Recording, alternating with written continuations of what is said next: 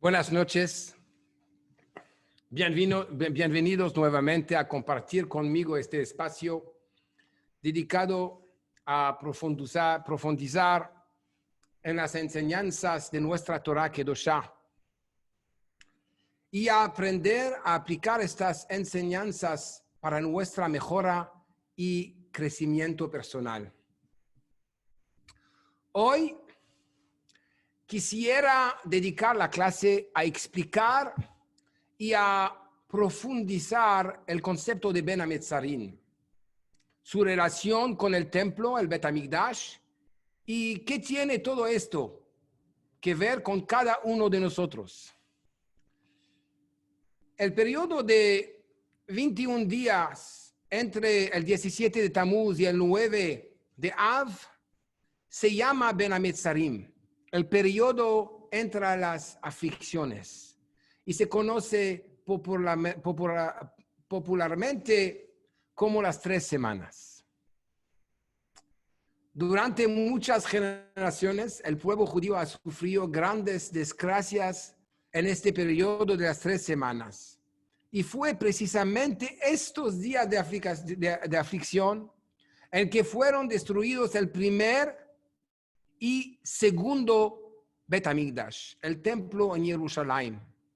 Y por esto es que estos días fueron decretados por nuestros sabios como días de duelo por la destrucción de ambos templos.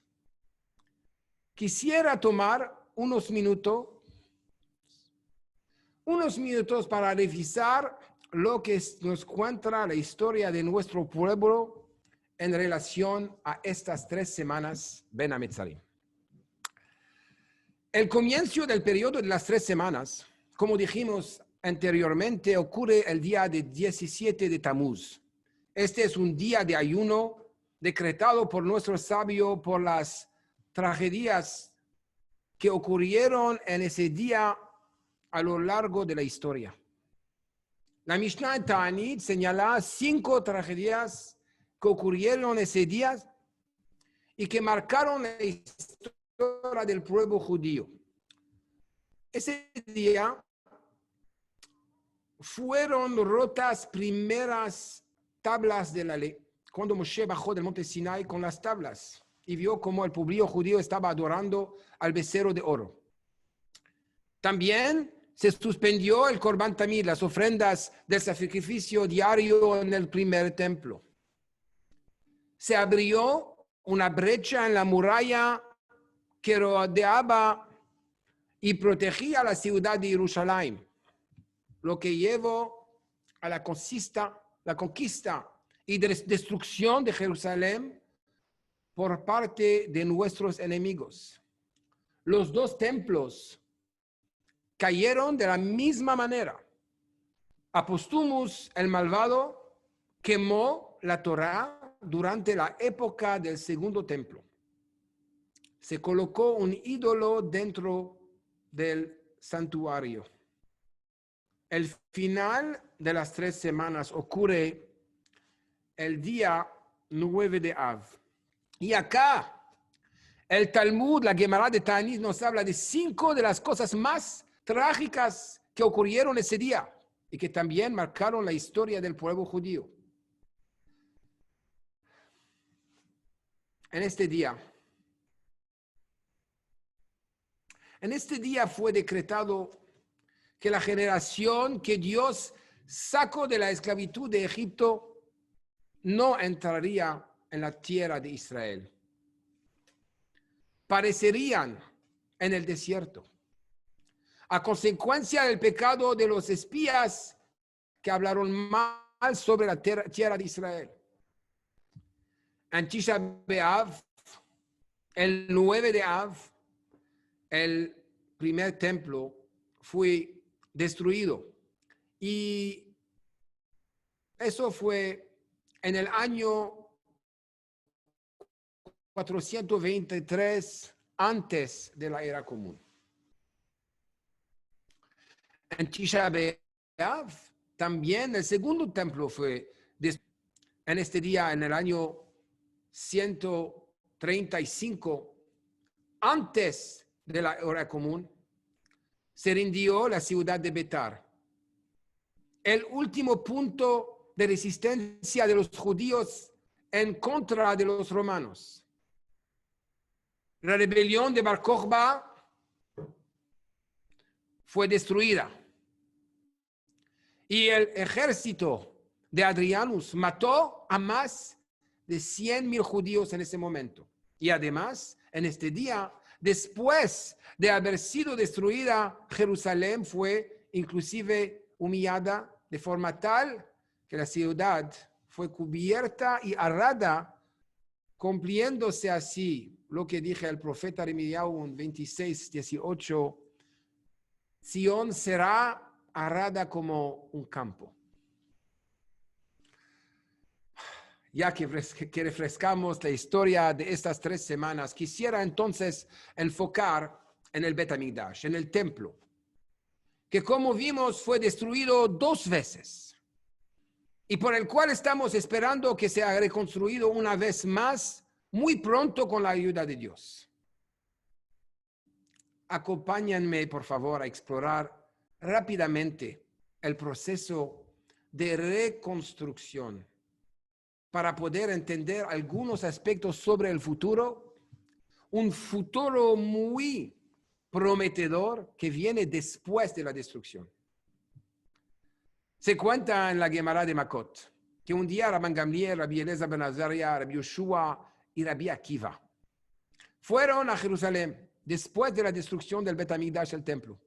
Cuando llegaron al monte Scopus, rasgaron sus ropas, siguieron caminando y cuando llegaron a entrar en el área del templo, vieron como de las ruinas del Santo Sanctorum, el sitio más sagrado, salía un zorro que estaba paseando libremente ahí. En ese sitio, solamente el Kohen Gadol podía entrar un día al año en Yom Kippur. Y si será meritorio, salía vivo. Pero si no era meritorio, fallecía ahí mismo. Y para sacarlo tenían que jalar de una caneda que tenía amarrada al pie, ya que era la única forma de sacarlo, puesto que ningún otro ser era permitido a entrar al Kodesh HaKodashim. Cuando los demás rabinos comenzaron a llorar al ver el zorro saliendo de ese lugar tan santo, Rabbi Akiva se echó a reír. Obviamente, los rabinos le preguntaron a Akiva, ¿por qué ríes? Y él respondió, ¿y ustedes por qué lloran? Nosotros lloramos por la destrucción del Bet HaMikdash. Y porque en ese sitio quien entraba moría y ahora está un animal, un zorro entra ahí. Claro que tenemos que llorar. ¿Y tú por qué ríes? Le respondió Rabbi Akiva, yo me río porque he sabido que esta es la profecía de Uría y esta es la profecía de Zecharia. Y la profecía de Zecharia depende de la profecía de Uría. Y por cuanto que la profecía de Uría habla sobre la destrucción del templo y ahora el templo fue destruido, yo me pongo feliz. Porque la profecía de Zecharia habla sobre la reconstrucción del templo. Y sí se cumplió. Ya la primera profecía, estoy seguro y feliz de que la segunda profecía pronto cumplirá también. Y el Bet HaMikdash será reconstruido. Los rabinos le pidieron Akiva Nihamtani, Akiva Nihamtani. Akiva, nos has consolado. Akiva, nos has consolado. El primer Bet HaMikdash fue destruido después. El segundo Bet HaMikdash fue destruido, pero también fue destruido. Pero nosotros tenemos las palabras de Rabbi Akiva que nos dan consuelo por la destrucción y nos preparan para la pronta construcción del tercer Bet HaMikdash que va a ser eterno. Con la llegada de Mashiach muy pronto, Besat Hashem. Si Dios quiere.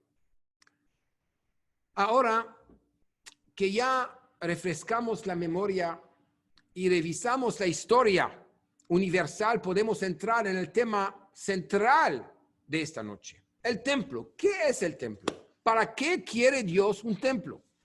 ¿Por qué Dios permitió la destrucción del templo una otra vez?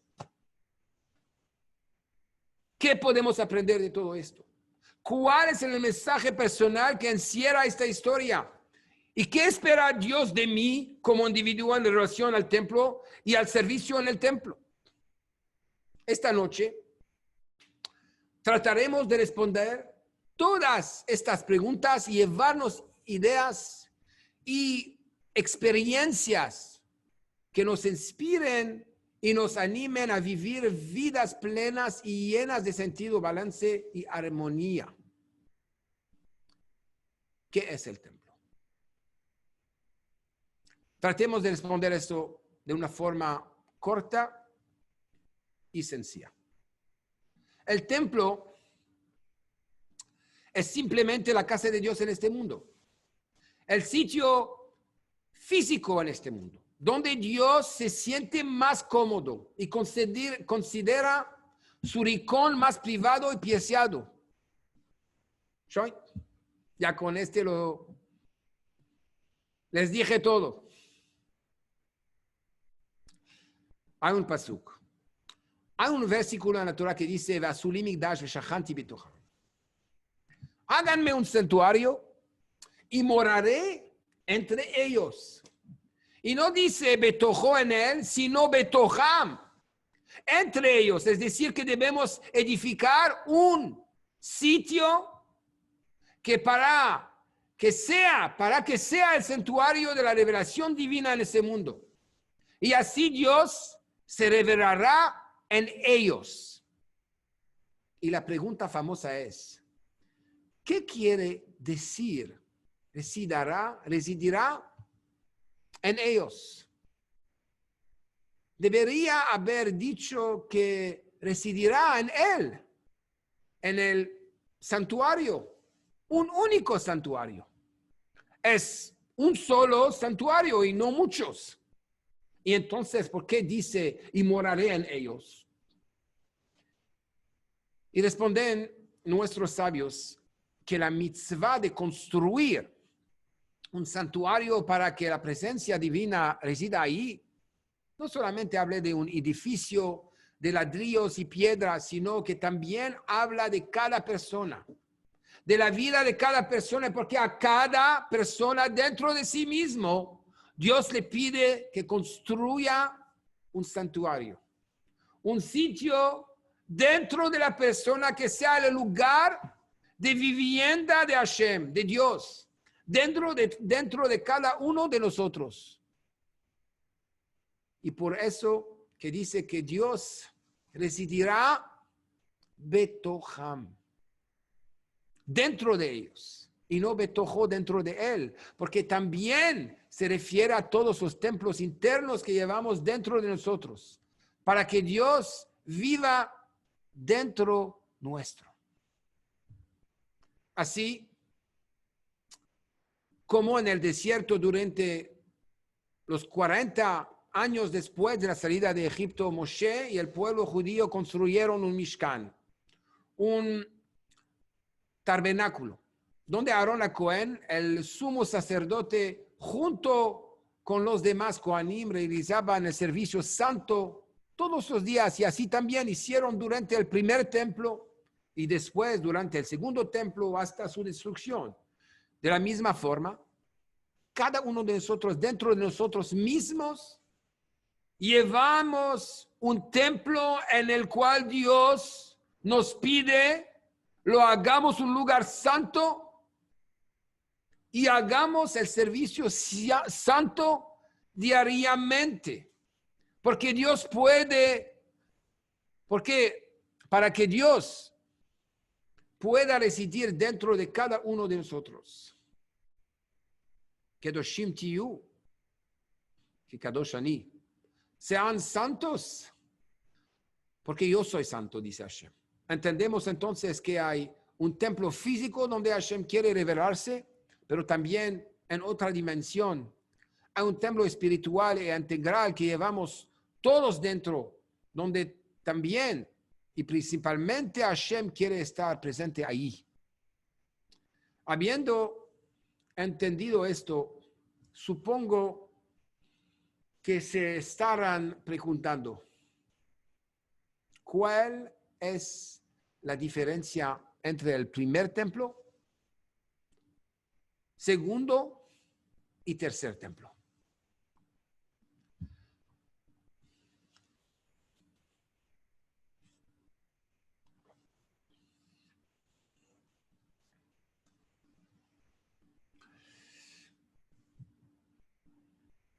Y hay varias diferencias, como por ejemplo, en el tamaño, en el grado de santidad, el tiempo de duración, entre varias otras cosas.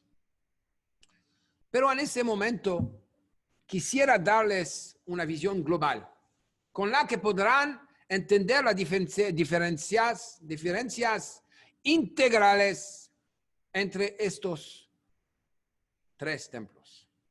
Y para entender las diferencias entre los tres templos, primero tenemos que entender la historia de Adán y Eva, Java. ¿Y qué pasó en ese primer momento de la creación en el jardín de Edén? Bueno, como todos saben, Hashem creó a Adán y él fue, y de él fue creada Eva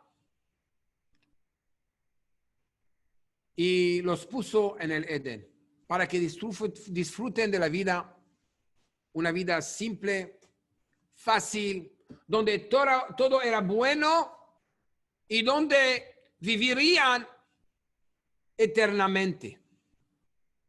Lo único que tenían que hacer es no meter la pata. Dicen nuestros sabios que cuando fueron creados faltaban pocas horas para Shabbat. Y si entraban a Shabbat sin hacer hecho problemas, pues hubieran conseguido completar el propósito de la creación y la historia sería otra. Pero Dios les puso una sola traba, una sola prueba, un árbol.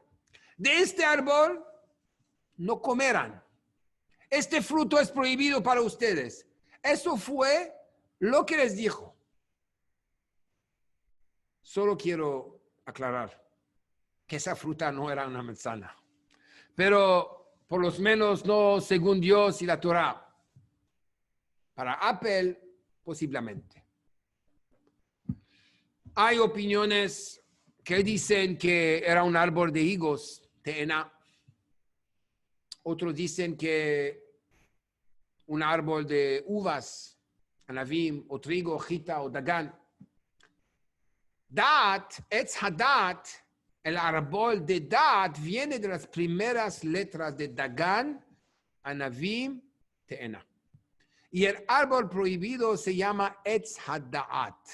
Pero manzana no es un concepto judío. ¿Y cómo es que sigue la historia? Que Java fue engañada y tentada a comer del fruto prohibido. Y así ella comió y también dio de comer a su esposo de ese fruto. Y ese árbol era un árbol que tenía una dualidad. Era el árbol del bien y del mal. Y con este árbol, Dios testeó a Adán y a Java. De todos los árboles, todos los frutos de este jardín, ustedes pueden comer, pero de este árbol, solo de este árbol, su fruto no podrán comer. Esa fruta fue la única fruta que provocó la tentación. Y no pudieron pasar la prueba. Y comieron. ¿Qué pasó? ¿Por qué Dios hizo que las cosas sucedieran así? Y la razón es como está explicado en el Zohar, en la Kabbalah, en la mística judía, que eso fue con el objetivo de evitar que vivan por el resto de sus vidas con Naamá de Kesufá. ¿Sabes qué es Naamá de Kesufá? Con el pan de la humillación. Esa es la traducción literaria. ¿A qué me refiero?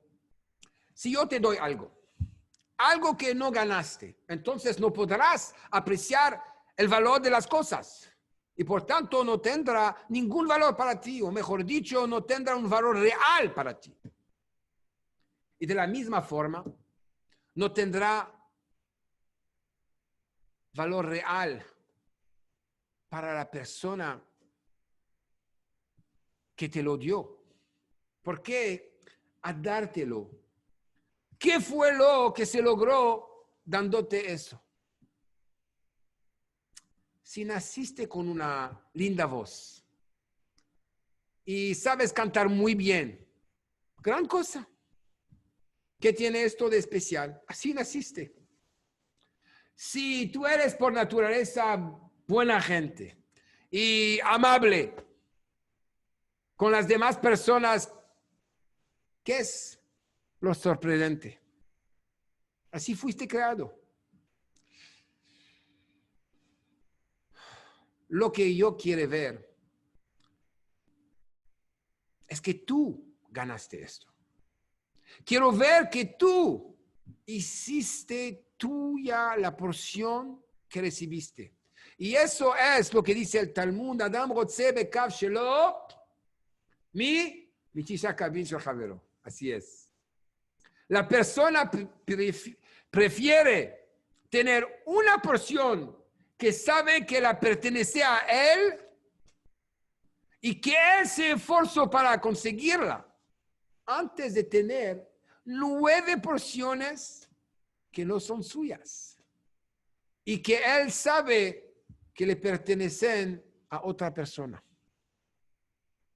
Cuando trabajamos por algo, cuando pagamos por algo, las cosas tienen un verdadero valor para nosotros, pero cuando no trabajamos para obtenerlo, pues simplemente no tiene valor, simplemente lo entregamos o nos deseamos de eso sin ningún sentimiento involucrado, sin tanto cuidado. ¿Alguna vez escucharon a alguien que dice algo así? Hoy se me perdió lo que me regalaron. Bueno, no importa. Total, era solo un regalo. No es tan grave haberlo perdido. Alguien me lo dio, ya conseguiré otro. Entonces, obviamente, el primer templo representa ese regalo del cielo, que al igual de los tzadikim, las personas correctas por naturaleza, así nacieron, no tienen tentaciones, son buena gente, son perfectos, nunca tuvieron que esforzarse para ser así. Simplemente así nacieron y así han crecido, sin esfuerzo y sin problemas. Y lo mismo para las personas súper inteligentes y perfectas por naturaleza. Así nacieron. Y sin esfuerzo, entienden todo, aprenden todo y todo parece que fuera tan fácil. El segundo templo representa que tú trabajaste, te esforzaste para conseguirlo y es tuyo. Lo lograste muy bien. Entonces, ¿cuál es el problema? El problema yace en la gran y única limitación natural que tienes. y que nunca podrás superar. Todas las demás limitaciones podrás esforzarte, trabajarlas y conquistarlas todas menos una. Y esa limitación es que tú y yo también somos seres humanos, seres limitados. Y por más que podamos mejorar, nunca seremos perfectos. Nunca llegaremos a ser completamente santos. Y por tanto, si no somos santos con la santidad de Dios, nunca seremos eternos. Dios es santo, Dios es eterno. Dios es el único que puede cambiar en la ecuación de la vida. Todo lo demás puede cambiar y ser sustituto. Todo menos Dios. Y por tanto,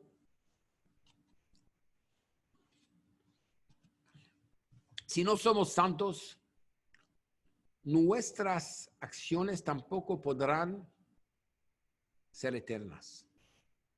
Y como el segundo templo fue construido con nuestro trabajo, con nuestro esfuerzo, se mantuvo por 420 años, pero al final también fue destruido. ¿Y el tercer templo? ¿Qué será? ¿Será un templo que vendrá del cielo como un regalo de Dios, pero que no vamos a apreciar tanto? ¿O va a ser un templo que vamos a construir con nuestras manos y esfuerzos, pero que al final también será destruido por no ser algo eterno? Y justamente esto es lo que el Rebbe pregunta en relación al tercer templo. Y para entender eso, trae dos opiniones, una del Zohar y otra de Maimónides. El Zohar HaKadosh enseña que el tercer templo vendrá del cielo y será Binyana de Kuchabe de un edificio que descenderá de una forma milagrosa desde los cielos, ya preparado y listo. Pero por otra parte, Maimónides contradice eso y dice que no. Melech HaMoshiach bone bet mikdash bimkomo. Mashiach será él que construya el templo en el lugar que corresponde. Y por tanto enseña que el tercer templo será construido por el hombre. Entonces, ¿cómo es el asunto? ¿El tercer templo será como el primer templo, de una santidad muy elevada, la obra de Dios? ¿O como el segundo templo, obra del ser humano de una santidad mucho más baja? En los versos de Lamentación que se leen durante Tisha B'Av, a un versículo que dice así, Tav'u ba'aretz she'area. ¿Qué significa eso? En el momento de la destrucción del templo, las puertas del templo fueron tragadas por la tierra. Y sobre esto, el Rebbe explica así, el tercer templo vendrá de arriba, del cielo, completo y ya listo. Y cuando aterrice en la tierra, las puertas que están enterradas se descubrirán. Y en ese momento nosotros colocaremos las puertas en el templo. Y está escrito en el Talmud, en Baba Batra, página 51, 2, 3. Que la persona que pone las puertas en un edificio, en una casa, es considerada como si fuera ella la que construyó todo el edificio, toda la casa, porque antes de poner las puertas, el acceso a la propiedad estaba libre para cualquiera que quisiera entrar. Está abierto hacia la vía pública. Pero ahora que tiene una puerta, ahora se vuelve una propiedad de acceso privado donde no cualquiera puede entrar y por tanto la puerta es lo que da el toque final a la obra para que ahora sea una propiedad privada. De la misma forma, cuando nosotros coloquemos las puertas del Bet Hamikdash, aún, y cuando que la estructura completa vendrá del cielo, será la obra y el regalo de Dios, aún así nosotros al colocar las puertas le daremos el toque final a esa estructura, le daremos el toque final y lo convertiremos en una obra finalizada, en una propiedad privada, completamente lista para ser inaugurada y utilizada para el servicio divino. Y es por esto, por esta combinación de la obra divina con el esfuerzo humano de lo infinito con lo finito, que el tercer templo será una edificación eterna. Lejaim.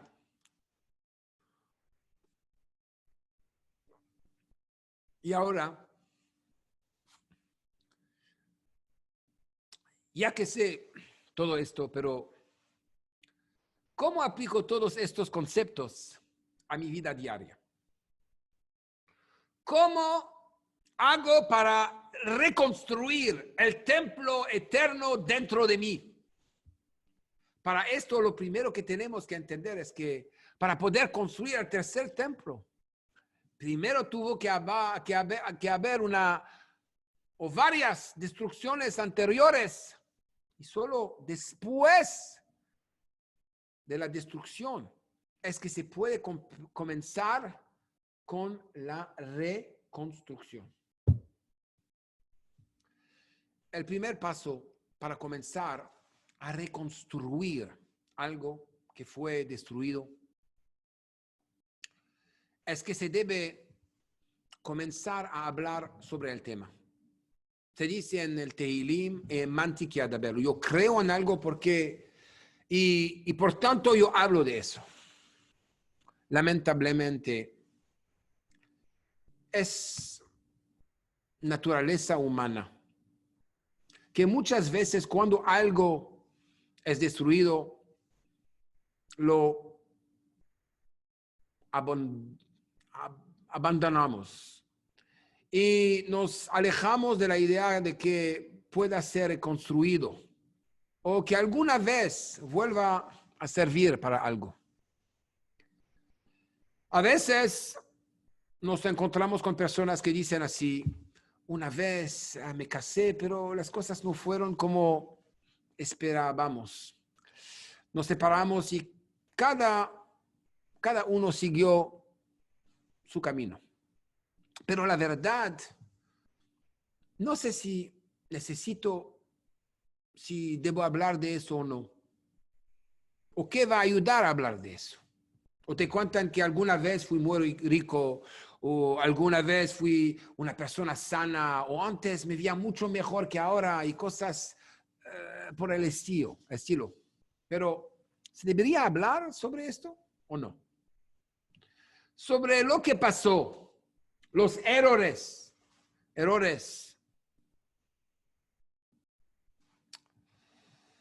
los sufrimientos, las culpas.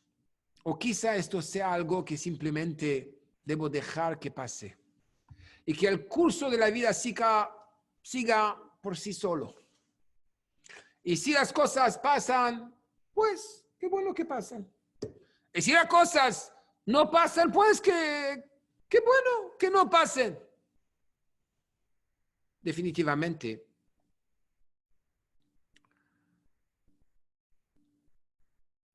el comienzo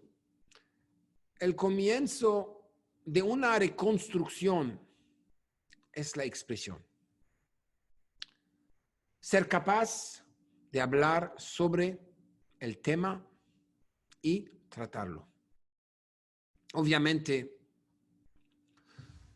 no se lo vas a contar a todo el mundo, pero con ciertas personas de confianza y que sientas que te pueden ayudar por su cariño o su experticia, claro que sí.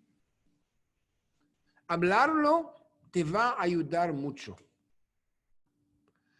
Y en estas 3 semanas es justamente eso, la expresión, lo que nos permitirá reconstruir lo que fue destruido. Y aún más, llevarlo a ser una edificación eterna. Albert Einstein enseñó que si una persona continúa haciendo exactamente lo mismo que ha hecho hasta ahora y espera obtener un resultado diferente, eso es algo irracional, algo ilógico, una locura. No hay forma de que ocurra. A veces, lo único que necesitas es comenzar a expresar algo. Expresar algo que no habías expresado antes. Y esto de por sí crea algo diferente. Creas una nueva realidad en tu entorno. Creas una nueva realidad dentro de ti mismo, porque solo por el hecho de que comienzas a expresarte y a hablar de cierta manera, inmediatamente comienza a cambiar tu forma de pensar. Una vez conocí a una señora muy agradable, una grafóloga profesional, cuyo nombre artístico era Roxane Perry Aleha Shalom. Paz descanse. Y una vez le pregunté, cuando tú ves la escritura de una persona, tú puedes ver cómo es la persona, cuáles son sus problemas y dificultades, qué es lo que le gusta y lo que no le gusta. Pero disculpa que te pregunte esto. Pero ¿qué pasaría si una persona al propósito escribe de una forma diferente? ¿Eso podría influenciar y cambiar a la persona por dentro? Y ella respondió que sí.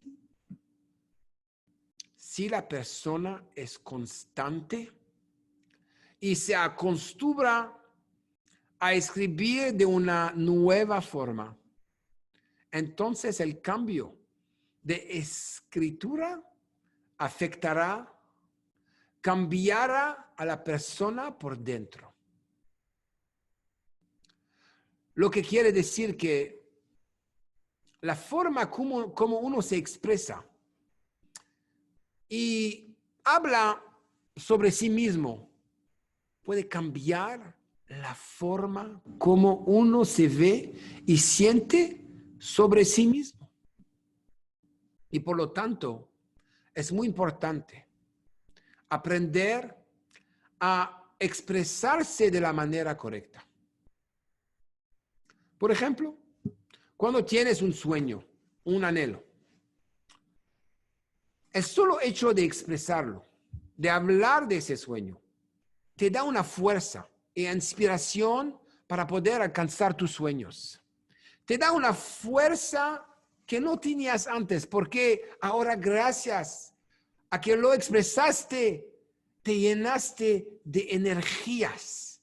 Quizá les ha pasado que cuando lees y estudias algo, tienes conocimiento del tema, Pero cuando hablas de eso, cuando se lo explicas a otra persona, ahí entiendes mucho mejor el tema. Y hasta nuevas y creativas ideas relacionadas al tema te vienen a la mente.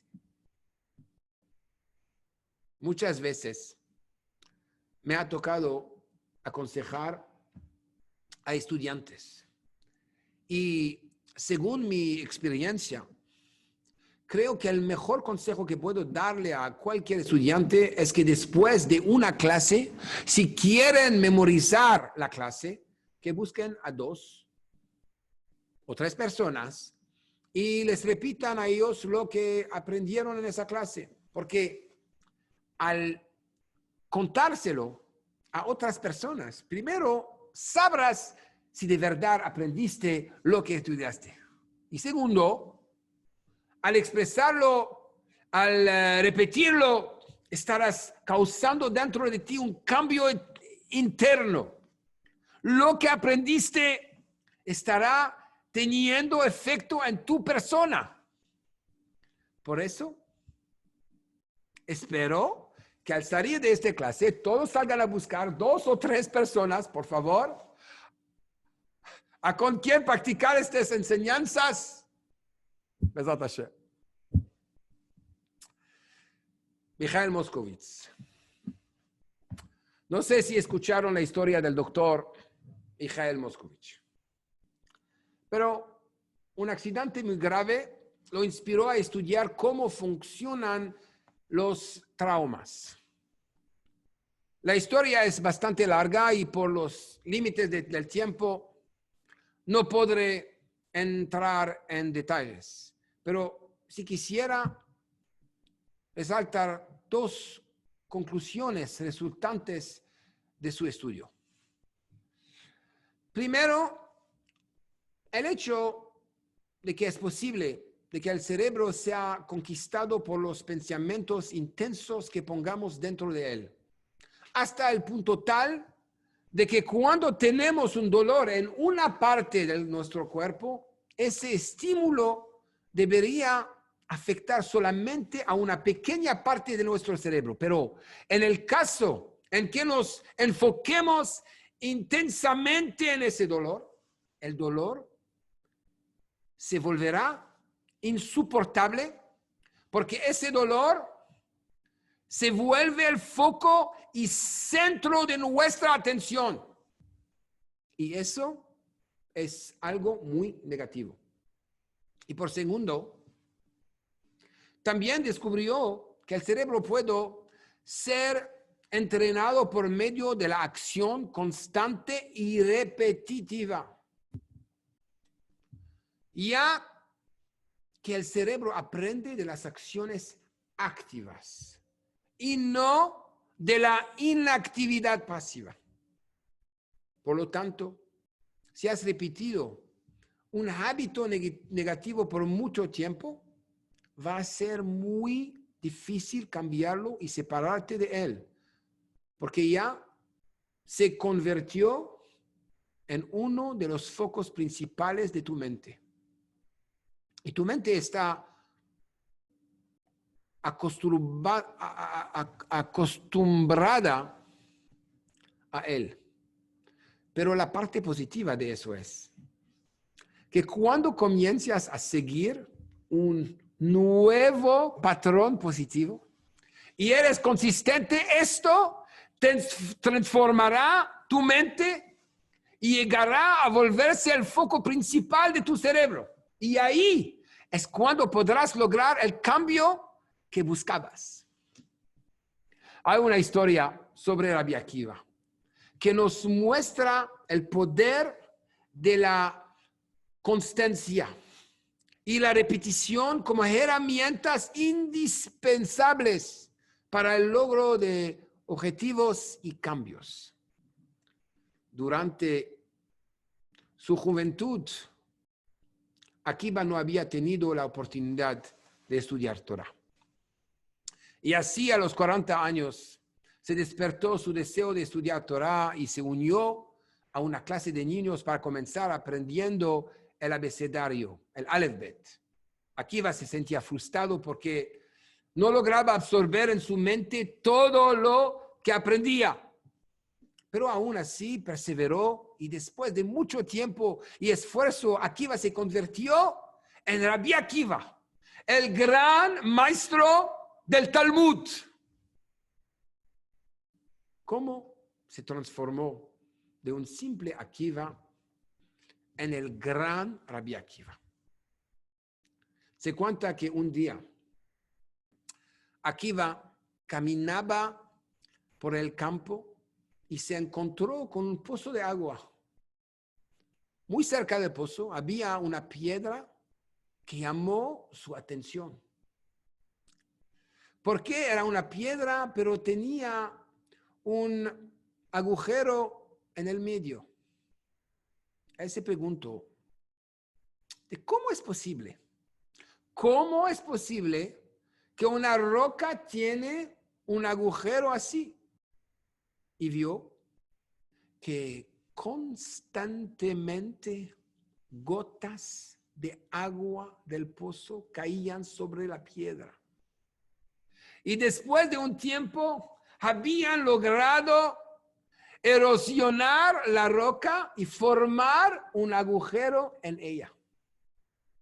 Cuando Akiva entendió esto, se dijo a sí mismo, si el agua blanda puede penetrar en una roca dura, entonces el estudio de la Torah también puede penetrar en mi cabeza y corazón de piedra. Y así logró el éxito en sus estudios y se reconstruyó hasta llegar a ser el gran Rabbi Akiva, maestro de maestros. El cambio es posible. No hay que perder las esperanzas, simplemente ser proactivo, enfocar y tener constancia. Y así se logrará el objetivo. El Alter Rebbe en el Tanya enseña que las emociones que se despiertan en el corazón envían al cerebro mensajes que transmiten estas emociones al cerebro para que éste reaccione ante ellos. Pero aunque parezca sorprendente, dice que la reacción del cerebro no tiene que ser necesariamente inmediata al estímulo de las emociones, sino por el contrario. La mente tiene la capacidad y la opción de aceptar esos deseos o rechazarlos también. Porque lo correcto es que la mente controle al corazón y no que el corazón controle a la mente. El ser humano se desespera por las comidas, el dinero, los lujos, los placeres, los vicios y veces hasta hacen cosas muy locas para lograr alimentar sus deseos. Y es en ese momento cuando debemos tener la fortaleza en nuestro carácter de decir no. Cuando esos pensamientos y deseos lleguen a mi cabeza, no serán para que yo caiga en la tentación, sino lo contrario. Eso será un señal para mí que debo enfocarme más y concentrarme más en el bien, en mis tareas y responsabilidades. Y así lo haré.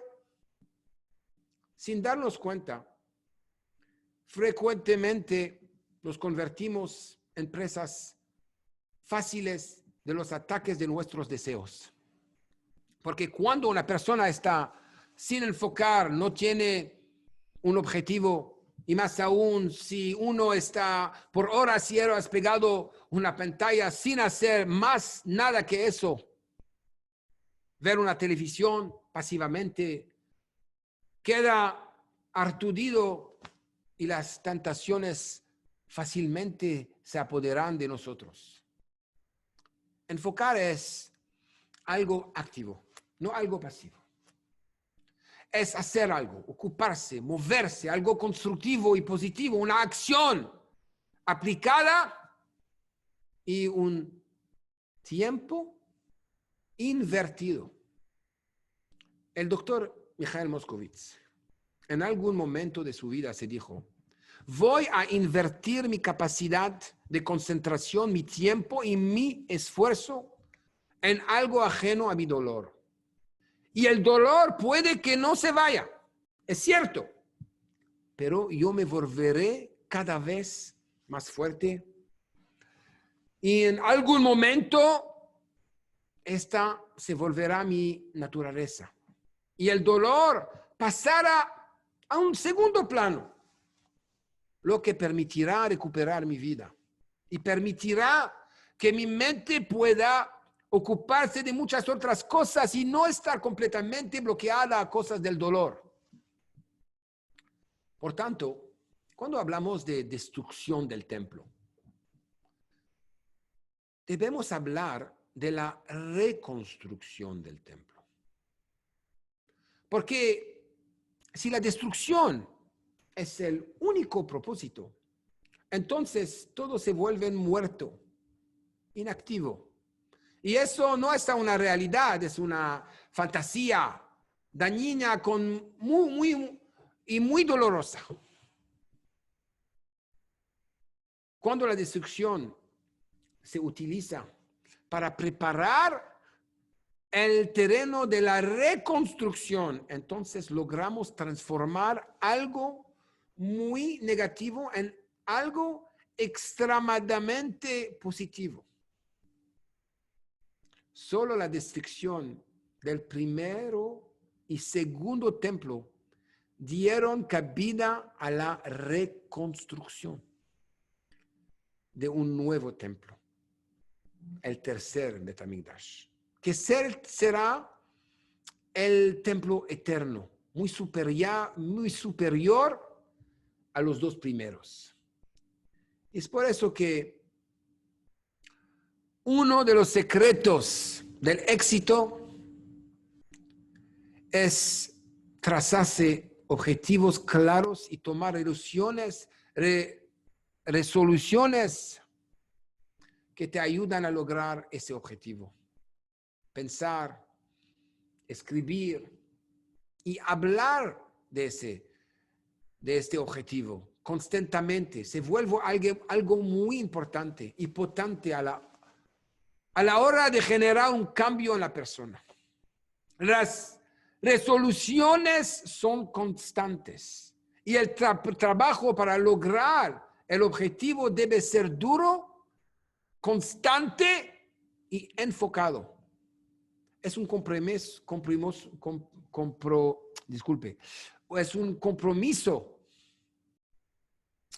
que debemos cumplir, porque no podemos seguir esperando que se cumplan las fantasías que nos vende la sociedad y la publicidad. Las cosas no suceden por arte de magia. Debemos esforzarnos y ocuparnos de que las cosas se materialicen. Cuando nos trazamos objetivos y repetimos una y otra vez esos objetivos, eso hace que mi mente se llene de esos objetivos. Constantemente los tenga presente y proactivamente busque lograr mis objetivos. Cuando hablamos de reconstruir nuestro templo, es decir, de reconstruir nuestras vidas, debemos cambiar la retórica negativa que usamos contra nosotros. Cuando digo, hoy, qué malo que soy. Hoy fallé otra vez y me vivo quejando de todo y dudando de mí mismo. No me estoy tomando la vida en serio. Estoy jugando. Y me estoy autoprogramando para el fracaso. Pero en cambio, si te acostumbras a verte de forma positiva y hablarte constantemente palabras de bien y que te hagan apreciarte, inspirarte y celebrar tus éxitos, entonces verás que cuando estés pasando por momentos difíciles, por ejemplo, y venga una persona y te pregunto, ¿cómo estás? Sorprendentemente, le responderás con naturalidad y sinceridad. Baruch Hashem, estoy muy bien. ¿De verdad? Fenomenal. Gracias a Dios. ¿Por qué te estás permitiendo vivir tu vida con positivismo y alegría? Y estás permitiéndote apreciar y disfrutar el momento y así estás abriendo la posibilidad que tu éxito se haga realidad en algún momento. Y cuando esta sea tu realidad, allí tú habrás construido tu templo eterno. Una vez, un grupo de estudiantes universitarios visitaron al Rebbe. Y mientras estaban todos reunidos, uno de ellos se dirigió al Rebbe y le dijo: Rebbe, he escuchado que ustedes pueden hacer milagros. ¿Es verdad? Por favor, Rebbe, ¿podría hacer un milagro ahora en frente de todos nosotros? El Rebbe respondió: todos podemos hacer milagros, porque todos tenemos una parte de Dios dentro nuestro y por tanto tenemos una fuerza sobrenatural. El joven dijo: ok, pero por favor, Rebbe, ¿podría hacer un milagro ahora mismo? El Rebbe dijo: con gusto, no hay problema. Les voy a pedir a cada uno de ustedes que antes de irse a dormir se pregunten cómo podrían y en qué podrían mejorar mañana. Porque si mañana, en la mañana nos despertamos siendo mejores personas, eso será el más grande de todos los milagros.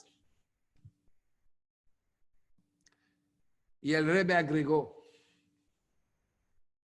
y el único motivo por el cual me atrevo a pedirles eso es porque yo mismo hago eso todas las noches antes de irme a dormir. Para mí, esta historia cada vez que la escucho, me causa una gran emoción y es una gran inspiración.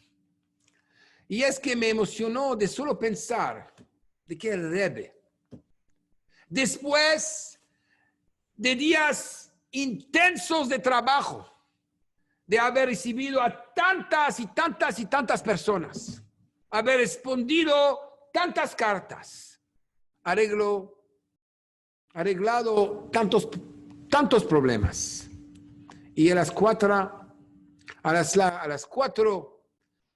de la madrugada se va a su casa a descansar. Seguramente muy cansado. Pero aún así no se permitía irse a dormir sin primero haber pensado cómo va a ser para que el día de mañana sea mejor que el día de hoy. Sin duda. Si el Rebbe podía hacerlo, entonces yo también puedo hacerlo y ustedes también pueden hacerlo. Antes de dormir, pensar unos minutos en cómo haremos para que el mañana sea mejor que el hoy. Y me gustaría concluir con un reto.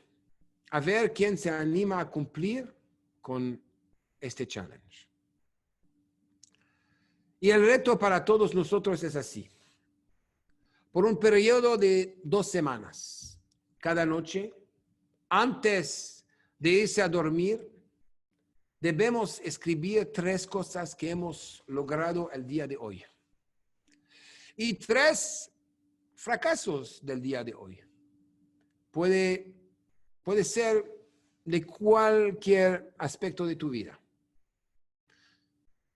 Si cumplen con el reto, verán que siendo consciente de las cosas buenas que logras y teniendo presente las cosas que necesitas mejorar, esto creará los parámetros para tu éxito.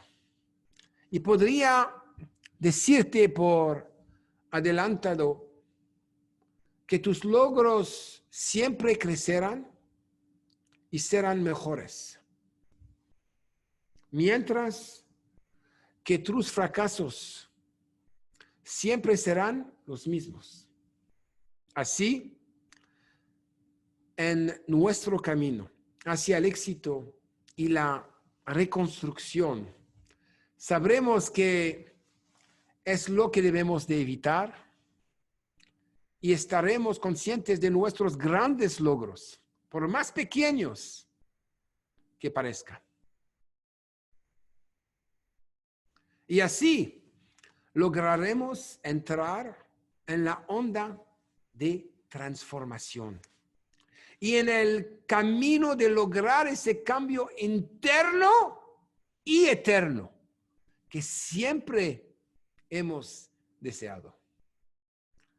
Muy buenas noches y muchas gracias por acompañarnos esta noche. Que Dios los bendiga y tenga muchos najes de todos ustedes y les da mucha fuerza de lograr sus objetivos.